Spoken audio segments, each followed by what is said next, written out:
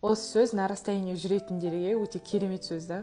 Мен на расстояние жүретін сүйіктіме айтар едім деген сияқты. 2020-ның қысында біздер Түркиядан Қазақстанға қайтатын болып, Муладан Стамбулға билет алатын болып бір жерге бардық. Памуккале дейтін көп автобус көргенбіз. Комфортный деп, знаменитый деп білетінбіз. Сөйтіп барып сол жерге Стамбулға билет алған болатынбыз. Сол жерде андай сөз көріп қалдым. Sonunda kavuşmak varsa özlemek güzeldir деген. Соңында қауышу болса, сағынудың өзі керемет, немесе сағынудың өзі бақыт деген сияқты. Ол енді автобус шынымен де ұзақ жолдарға апаратын, бір-бірін қауыштыратын нәрсе ғой. Соны қарадым да сол сөз қатты миымда тұрып қалды. Қандай әдемі сөз.